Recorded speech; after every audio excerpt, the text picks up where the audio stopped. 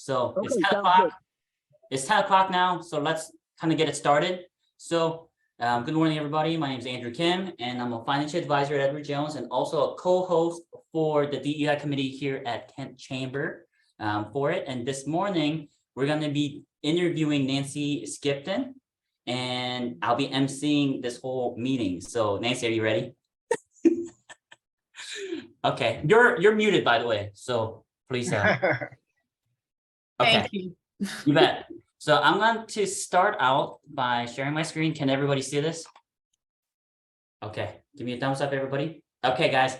So this is our first DEI interview meeting slash interviewing one of our wonderful member, and Nancy Skipton is the festival executive director for the Kent International Festival. We're going to get to know a little bit more about you, a little bit more about the festival, a little bit more about the overall purpose of the DEI and how this benefits the overall community-wise with it. But before I go into that, I always like to know a little bit more about you, Nancy. So a little background is, and technology. Okay. A little bit about is your bio. So a little bit of background about Nancy is that Nancy actually had been with the Kent International Festival for 15 years. That's quite some time, which is awesome. So that's how many years that she's been serving the Kent community. And so thanks for that. She's also a business owner for 17 years as a wedding and event planner in this area. So if you have anybody that is getting married or planning on getting married with, post-pandemic time, have her give her a call because she's amazing at doing so. And one of the more successful things that she has done is the fact that she got married to Dave, and Dave's on the call as well. And they've been married for 18 years.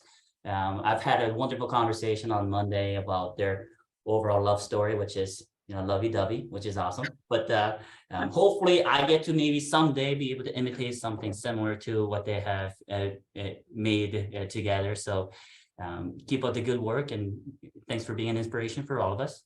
Nancy also has 2 children and 1 grandchild. That is something that I don't have either. I don't have either of those. Hopefully someday, if I'm lucky enough to have children or even get married, I mean, that would be the next step. I got to get a girlfriend first for myself first, but but that's what it is. Some of the hobbies that she likes to do is gardening and puzzles and cooking. So I mean, I'm trying to learn all 3 of those. Gardening is something that I'm trying to get better at. I'm trying to do a better job at cutting my grass and everything, but well, hopefully I'm able to get some of your expertise in that area too, because if you love cooking, that's what I've been told too, that you like to cook. And Dave, nice that you got somebody that cooks for you and that loves cooking. I heard that you got some great food coming in at your place all the time, so great. Some of the things too is key to success is the fact that Nancy is very detail oriented. Being a wedding and event planner, she does need to be detail oriented in a way, because that's one of the most important days of people's lives. So thank you for doing that. And secondly, she is a lifelong learner. So anytime there's any sort of trend that's going on in the wedding and event planner business, she's always adapting to the trend wise and making sure that people get the latest information about the wedding. And also for the festival, she's always making sure that every single year there's more productions and better ways to serve the community, which is awesome. And which is why finally persistency is one of the key factors of her overall key to success for her business. Finally, as far as the overall goal that she has is to be a change in the world. And hopefully, and that's why we're on this committee, as far as DEI committee itself. DEI is so broad, but at the same time, it's a great place for us to change the world of how we view people, how we be able to get everybody together as a community, as people. So Nancy, that's a great goal. So thank you for that. I'm going to give the floor to Nancy because this next slide, unfortunately, they're beautiful, but I don't really know all of them. So Nancy, I'm going to get you the floor and have you guys talk about some of your background and some of the people you love. Yes, thank you, Andrew. So in the center, of course, this is my husband and Dave. And as you said, we've been married. It'll be 18 years this summer.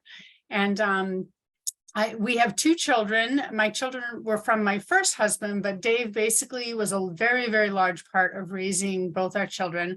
So on the side, without the baby in the middle, that is my son, Jason, and his redheaded ginger wife, Carissa.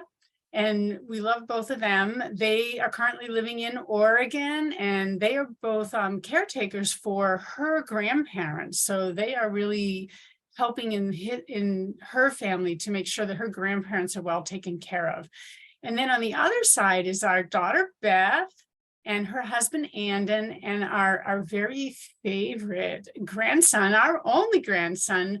We call him Gus. His name is Gus. He gets called Mr. Gus and several other things as well. He's a total joy for us, and they live on the other side of Washington. So we see them not frequently enough, but we see them a couple times a year, and then of course for holidays.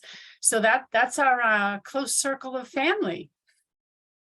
Well, you have a lovely family, and thanks for always sharing that, Nancy, because, you know, the reason why we have the DEI committee and the purpose of it is so that the future generation can have a better place in this world. And that's one of your goals, you know, change the world for the better. So appreciate you for sharing your background about your family, and overall some pictures, which is always nice, right? We can all relate to family. So thanks for that. What we're going to go into at this point is, since we now know a little bit more about Nancy, I wanted to go into deeper about the DEI itself and how that has made an impact on Nancy and her overall business wise. So we have a 6-part questionnaire that we're going to be asking. It's going to be step by step for you, Nancy, as far as answer it candidly as possible. And at the end of that 6th question, we're going to have the floor open for other people to ask any other questions that they have about it. And if we do have some more time at the end, we're going to go into breakout groups or even have prompts down the road to kind of brainstorm some ideas about some of the other strategies down the road for the Kent community itself. So the first question, Nancy, is about your started as far as your foundation for the festival, and how did you get involved with the festival and when?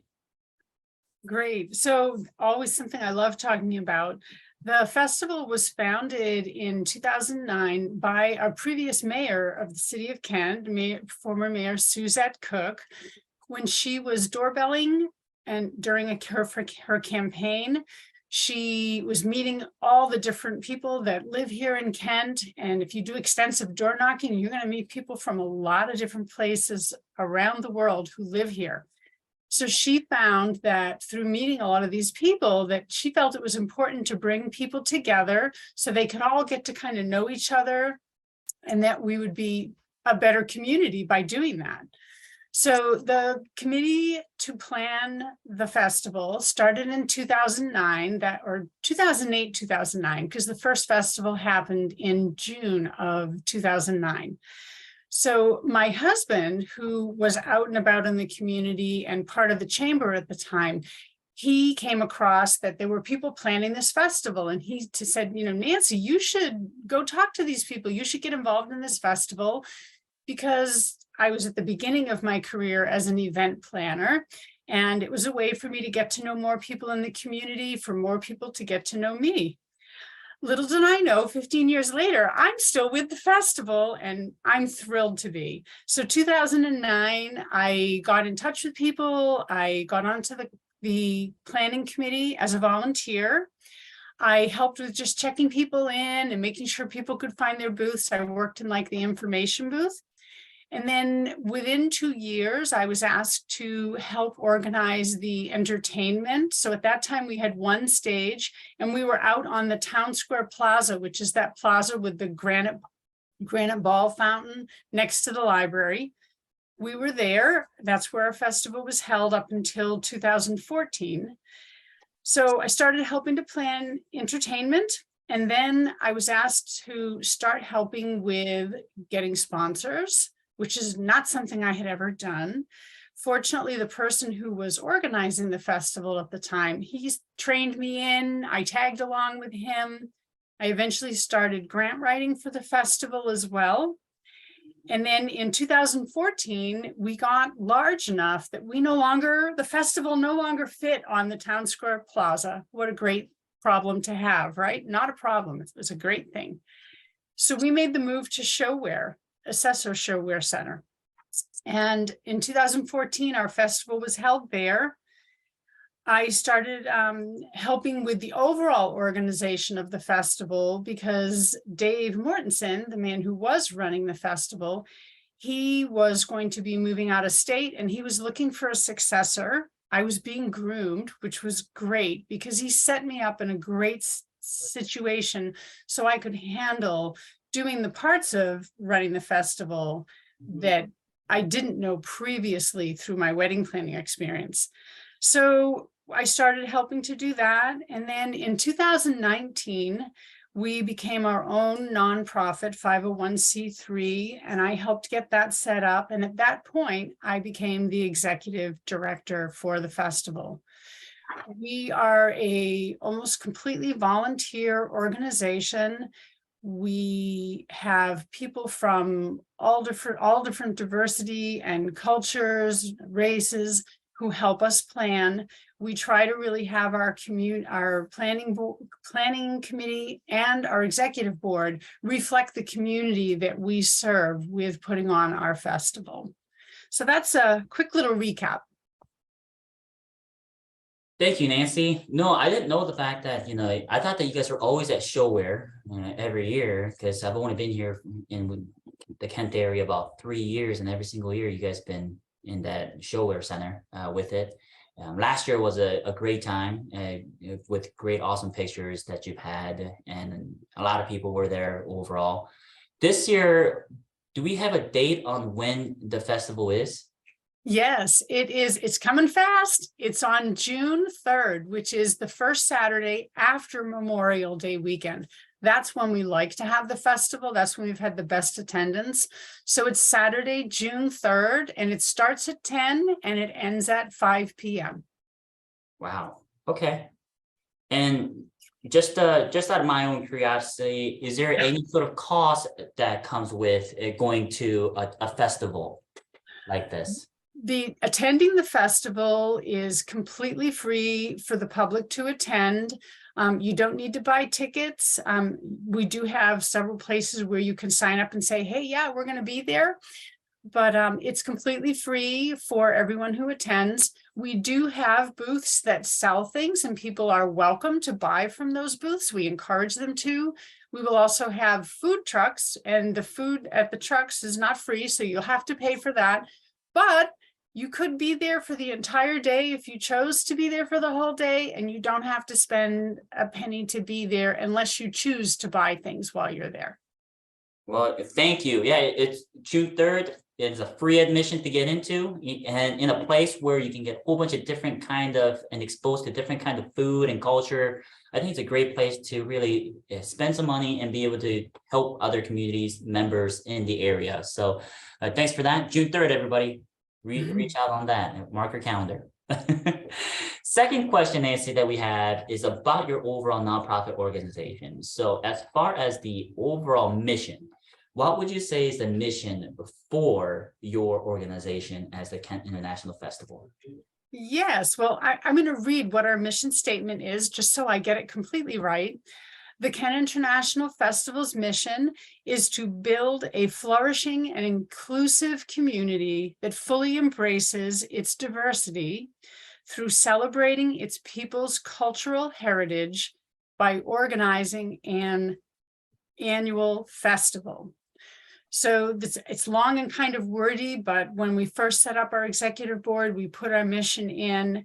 And we feel that by gathering people together from all different races, ethnicities, cultures, heritage, and bringing everybody together all on one day, we get an opportunity to get to know each other, to learn from each other. And we feel that that builds a stronger and wider sense of community that is more inclusive. Wow. Well, thank you. Thanks for that. That's a great mission, for an organization like that. third question, I know we've already kind of mentioned this a little bit in our first question over here, but it's about what takes place at the day of the festival. And you did mention that, it goes from 10 o'clock to about 5 p.m. There's food trucks and different kind of vendors there that you're able to purchase if you would like to. But tell me a little bit more about what takes place at that festival on that day. Okay, great. Well, it's held at Acesso Showwear Center, which is as we all know, it's where the Thunderbirds play. And we are there. We start setting up really early in the morning, but the festival opens at 10. The festival at 10 o'clock usually is opened by our current mayor, Mayor Ralph. This year, she is not able to attend, but she is going to have the city council president, Bill Boyce, be the person who opens up our festival. He gives a welcoming message, and then usually we have either someone from the Kent community sing the national anthem, or we play the national anthem, one of the two. And that's still up for decision which that'll be. So the festival, we have booths outside on what we call the plaza. That's the front of Showwear that faces James Street. And we have a bunch of booths out there. We also will have a stage out there that's covered with a tent. And we have international cultural entertainment, either dance or music or spoken word throughout the day on that stage. And then once you go inside the building, and we encourage people to go inside and be outside, we will have, that's where the festival will open, is on the stage that's inside in the arena where normally the ice is, or where concerts happen in Showwear. So in there, we will have the main stage, and there'll be some seating. We're going to have tables so that people can bring their food from the food trucks outside in and sit inside and enjoy the entertainment. We're also going to have inside, just as you come in the door, we're going to have passport booths. So we have a program where we have booths inside. It's kind of where the concession stands normally would be if you've been inside Showwear. In that area, we have what we call our cultural passport booths. So we hand out passports to the kids and adults if they want to do it. And they can go to the different booths that are in that area. Those, we call them cultural passport booths, because each of those booths will represent a country, or they will represent a particular culture or group of cultures. And there's an activity at each of those booths. So the kids or the adults will bring this up, and then they'll have it stamped inside once they have done that activity. Part of that fulfills our mission, in that the people who come to this can get a chance to talk to people from other cultures, learn something about that culture. And we find out that we're not really all that different. We may eat different foods. We may wear different clothing. We may speak a different language. We may look a little different, but we all have so much more in common than we have in differences. So that's what our passport booths do. Also inside, we're going to have an art activity, and that's sponsored by the Kent Community Foundation. They get art and drawings from different schools within the Kent School District, and they post all of those. They hang all of those so you can look at the art that's made by the different kids that are in the Kent School District. And they also have an art activity. They have not told me yet what their art activity will be, but they've had kids do drawings. They've had kids do a variety of different activities so that they can have hands-on experience with an art activity. The Greater Kent Historical Museum and the King County Library is going to be on the other side of the arena in there, and they're going to have some type of activity as well. So that'll be fun. And then, as I mentioned, 2 stages with entertainment from 10 to 5. The outdoor stage opens a little bit later, 10:30ish. And then, of course, there's the food trucks, which are outside. And the food trucks, we really strive to bring in food trucks that are like individually owned by people who are of that culture. So we have one truck that is Venezuelan, and they have a restaurant here in Kent, but they also have a food truck. So they will be serving authentic Venezuelan food. Arepas, if you know what those are, delicious. We're striving to have 8 to 10 food trucks. We'll see if we end up with that number, but there'll definitely be some food trucks there. And we like to support our local community by having those food trucks be owned by people living as close into Kent or actually in Kent as possible. So we support our local economy. That's the basics of it. The other thing I want to mention too is that it's completely family friendly. So it's appropriate for people of all ages. We make sure our entertainment and everything that goes on during the day is family friendly. And one new thing we have this year is we are going to have a strolling magician. It's somebody that I have seen perform in the past. So he will be strolling the plaza during the middle of the day and doing magic tricks right in front of you, and you will not be able to figure out how he does it. He's a blast. So he'll be there too. Well, just a little bit of insight for what's to come this year. Thanks, Nancy.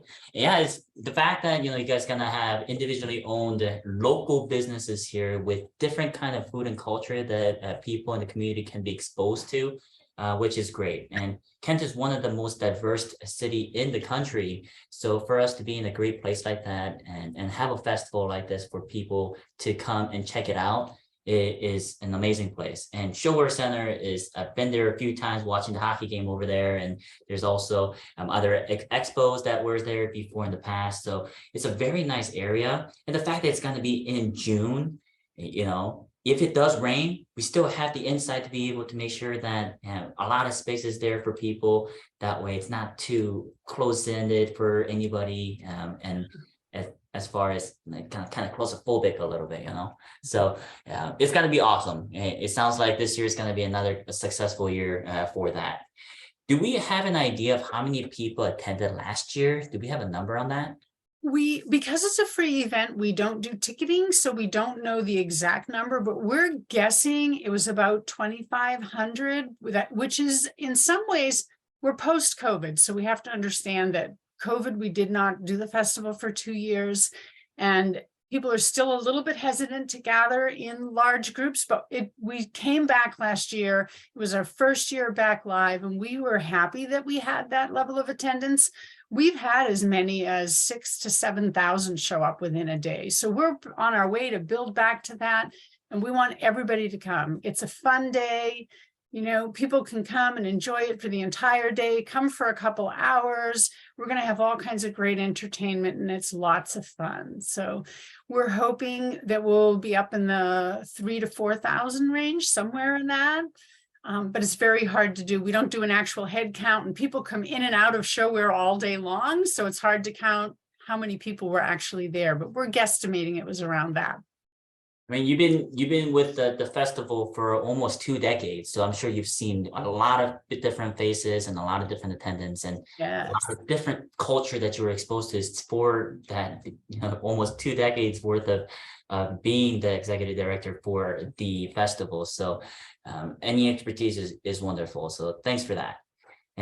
Number 4 is regarding the overall Kent International Festival, and this is a DEI chamber. So as far as the committee itself, how do you feel like the Kent International Festival promote change in the DEI? Well, we don't have specific initiatives to set policy or initiative or that type of thing. However, what our festival does by bringing people together from all different cultures, all different ethnicities, all different races, and celebrating all together in one place, that helps us, we believe, and also helps our community to do community building. So we encourage understanding. We want people to enjoy and see others who, as I say, may not look like them, may not dress like them, may not speak the same language, But we feel that through doing this, we're encouraging people who may not feel like they have a lot in common to all be around each other, learn from each other, and experience what it is like to live in Kent, whether it's somebody who comes, from up in Snohomish County or comes from Pierce County. They can come and experience what a great place the city of Kent is, how diverse it is, and how we are building a community all together. I know I've lived other places where there was there was a Chinatown section of town. There was, like the Italian section, or like in Boston, there's a section of Boston, Massachusetts, that's called Southie.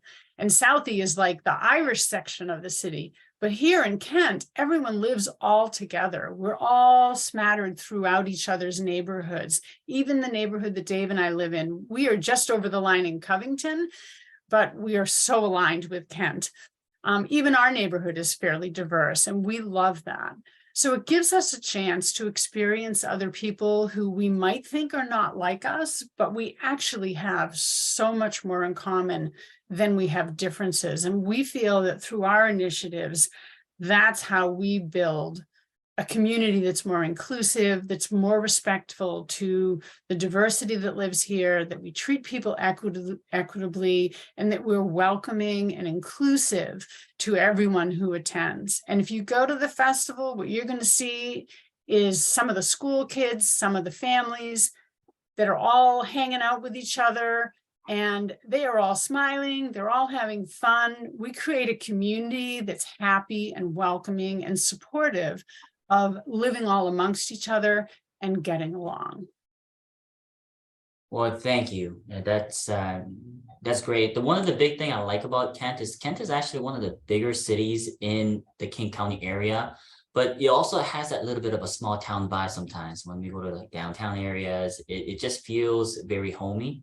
And we have a lot of different activities like this that are free for the community and be able to really be a part of something bigger. And also in Kent International Festival, I mean, that it's free, so which is awesome, right? Yes. So thank you. Number 5, this talks about the overall Kent International Festival and how it has helped people's network of relationship. I know we've kind of dabbled into that a little bit in earlier questions, but could you go into a little bit deeper about this for you and what you've seen as far as being the executive director for the festival? Yes. So because of the festival, people have the opportunity to connect with others. Some of our booths offer services to recent immigrants, recent refugees, asylees who end up here in the city of Kent or the surrounding area. So people who attend can connect with services that will help support them. Services like Mother Africa, services like, I'm trying to think of some of the others that have been there. There's also, we have some of the health organizations, health insurance organizations like Molina, who offers insurance to people who are living here that need to have health insurance coverage. So we connect attendees with some of the services that are available here in the city of Kent. We also connect people by encouraging what our theme is, which is to learn from each other, to spend time finding out what other people are all about. And again, it's finding those similarities rather than focusing on how we're different. And the other thing we do is we also connect people that are there at the festival. Let's say it's here's an example. So one of the booths is that the Kent Police Department does a booth at the festival. And so does Puget Sound Fire. We're part of that regional fire group. They talk with the community. It gives them an opportunity to engage with people. And as probably all of us know, is that there are people who have come here as immigrants, and the country that they came from, the police are not trusted. So that gives the police an opportunity to interface with the community in a positive way, rather than their first experience with encountering a police officer is through some type of negative event where, the person is afraid or has been hurt or has been robbed or something. So it gives the the support services here in our community, like fire and police, an opportunity to interface with the community. Also, we've connected one group who we have there'll be a particular group and they kind of need help with something, and we know another group, and we connect those two groups together. We've done this with a few groups where this group met the other group, and then they found out they could really help each other out in some project they have going on in the community. So it's a place to meet others and to expand and build their relationships and their network. If that's what people are looking for, they can also have fun at the same time while they're doing that. So I feel that's sort of how we serve the community, is connecting people together who might not otherwise have met or might not otherwise know each other. Wow. Thank you. So what you're saying is it's not just a fill my stomach kind of thing with food truck, but I get to actually learn a lot of different things. Well, that helps. You might meet somebody really cool in the food truck line. That's true. That's true. No, last year too, when I went to the festival, I got to actually just stand and just speak with a police officer, kind of ask them about their overall daily routine, their work, what it's like to be a police officer in this area. And frankly, it's kind of tough because the only time you really talk to a police officer is if you get pulled over for speeding or something. Yeah. So or if something's happened to you and you've had to call police to your house, I mean, that's not the best time to be meeting someone. So it gives them that opportunity. And also for everyone who works on the festival, we get to know people from all over the world who have come to live here, and we get the benefit of that experience as well. I have learned so much from the people that have done booths at our festival. I know people from all over the world, which if I was not involved in the festival, I might not know some of these people. And some of these people are really cool, interesting, amazing people that I would not know otherwise, perhaps. So it gives us a chance to sort of be in a place where we might not normally be. Like if you don't live next door to this person, or you're not friendly with someone you run into at the supermarket, we may not cross paths. It would depend. So I feel very blessed that we've been lucky to get to know so many great people. Well, thanks for that. I'm definitely, you're getting me more and more excited for June 3rd, for the festival. Finally, I know, but I've asked a lot of questions, but this last question is, I feel like it's one of it just as important, last but not least. But with the sixth question, it talks about many organizations implementing DEI for their overall organization for the last year. What do you think, as far as what more do you feel like needs to be done positively and sustainable change to take place in these organizations for you? Yeah, so I feel that, policies and initiatives in DEI, they are such a great step, and it's each company's decision and it should be their mission to do this, because especially if they're a business here in the city of Kent, they are going to work with people who are from diverse backgrounds, and they're going to have those types of things happening. So it's a really positive thing just to be in that environment. For us, although we're not necessarily policy setters, or we have our mission, which creates a whole bunch of initiatives for us. I feel that as a human being, as a person who lives in a diverse community, that it's important for all of us as human beings. From that point of view, I can speak that we listen, that we ask questions of other people. Like if we meet someone and we don't understand why they're doing what they're doing, ask a question. Ask them, why is it that you eat that particular food? Whatever the question might be. And I think kindness is another thing that, we can have initiatives and policies. But what really matters, I think, toward DEI is, what do we do in our actions every single day? Are we kind? Do we treat others the way we want and we wish to be treated ourselves? Do we have empathy? Do we know that, the person who maybe is losing their patience with someone, a checker at a grocery store, we don't know what they've gone through. We don't know what's happened to them. So we can have empathy with them and not be like, hurry up in the line, get going, I'm in a rush. How we treat other people, and having some empathy and understanding that everyone has struggles. I think it's important for each of us as humans to step out of our comfort zone, to put ourselves in situations that might be new. And, maybe we don't really understand everything that's going on, but that we want to learn. This is part of why I really want to be and strive always to be a lifelong learner, to take those new experiences, to try new things, to put myself in an environment that I wouldn't normally be in. To be willing to be vulnerable. Like if I say something I would like somebody to say to me, hey, that's just not really cool to say that. We all have those implicit biases under the surface. And I think if we're willing to step out of our comfort zone and talk about those things and be willing to be vulnerable and experience those things and learn something new, I think that's very how community looks like. You'll see how beautiful Kent really is and how diverse it is, how wonderful it is, what a great community it is. So I would say those things as individuals are things we can all do to support diversity, equity, and inclusion in our community here.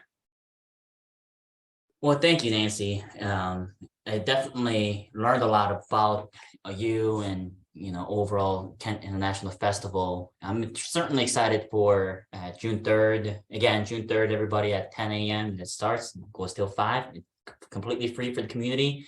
Please come check it out. And thank you again for your expertise. And definitely, I can see that you do definitely want to learn more, and you're a lifelong learner. And I could see that you're very persistent about some of those things. These are some of the really kind of tough questions that we have to ask. And the fact that you're brave to really head on and confront it shows you the kind of character that you have. So thank you so much for that. Thank you.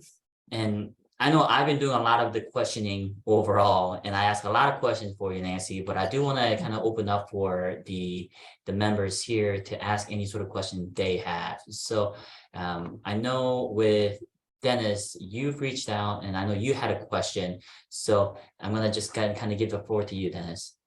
All right. Hey, Nancy, thanks for the great information today. So if I was a community member and I wanted to support the International Festival, other than just showing up and enjoying it, how could I support the festival? Oh my gosh, what a great question. Volunteer. On our website, there's a tab that says applications. That'll be up until probably about almost the end of May, depending on how quickly we get volunteers and all of that. So on there, you can fill out a form to become a volunteer. We do 2-hour shifts. So you could come, you could volunteer, have fun at what you're doing, meet a whole bunch of people, because when you're volunteering, you're going to be talking to the people who are there. And then you can, after that, go enjoy the festival. If any of you know people from different cultures that you would like to see be involved with the festival, invite them to do a booth. Invite them to contact us through our website, or right on the website, my cell number's on there, so people can call me and ask questions. We would love to have more cultural booths. We always strive to have as many cultural booths as possible, because that's where we can get to know all the others that are our neighbors in the city of Kent. So that would be the best way, is to invite people to attend, invite people to volunteer, and invite people to become involved that are from different cultures, so that they can also experience what we're so fortunate to experience when we're there. And as a follow-up question, if my business wanted to support the festival, how could a business support it? So a business, it depends on the type of business. If it's a business that's informational, like, for example, Living Well Kent, Kent Community Foundation, those types of things, they could do a booth, and those booths are only $100. If it's a business, like, for example, like a bank, or if it's an investing firm, or that type of thing, those that are sort of non-cultural, those can start a sponsorship with us, and those start at $500 per booth. And with that, you get the tables, the chairs, and you get the booth space at the festival, and you get the chance to meet a whole bunch of people from the Kent community during that time. So those are the ways. And we have higher level sponsorships as well, but any business that is, not specifically a culturally selling like cultural goods or that type of thing, it starts at $500. Did that answer your question? Yes, it did. And I'm sure other people's as well. Thank you. Any other questions that people have?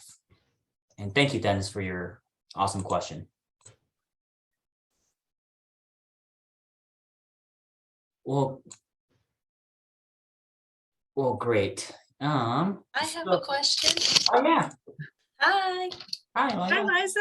Hi. Thank you for all of that great information. That was just great to listen to. So I'm glad that I got to get on the call with you guys this morning. I'm curious if you have any visions or goals for the festival, something that that you and your team haven't tried yet, or something that that you are striving for in the future that you'd like to include in the event one day. Wow. I think mostly what I want to see is I want the festival to grow. I want people to come from more places from around the community. We draw a lot of people from King County and upper like North Pierce County. We also have had people come from much further away, but we want to have people come from a wider circle geographically to Kent, because this is just such a great place to be. There's so many great restaurants. They could come see the festival, eat in restaurants later for dinner, come eat at the food trucks during the day, eat later at one of the lovely restaurants in Kent. We also are trying to get together we've done like a cultural walk where people would dress in their native attire and they would walk to the festival from just a few blocks away. We haven't shut down the street to do this. They've walked on the sidewalk, but we would love to do like an international parade that would go from somewhere in Kent, maybe starting over on the plaza where our beginnings were, and walk over to the festival and just start with a big bang with a ton of people all dressed in beautiful outfits and attire. We would love to have that. I think one of our other goals is, not only to increase attendance and get up even further. I mean, we could get up into like the 10,000s if we wanted to, the 10,000 maybe.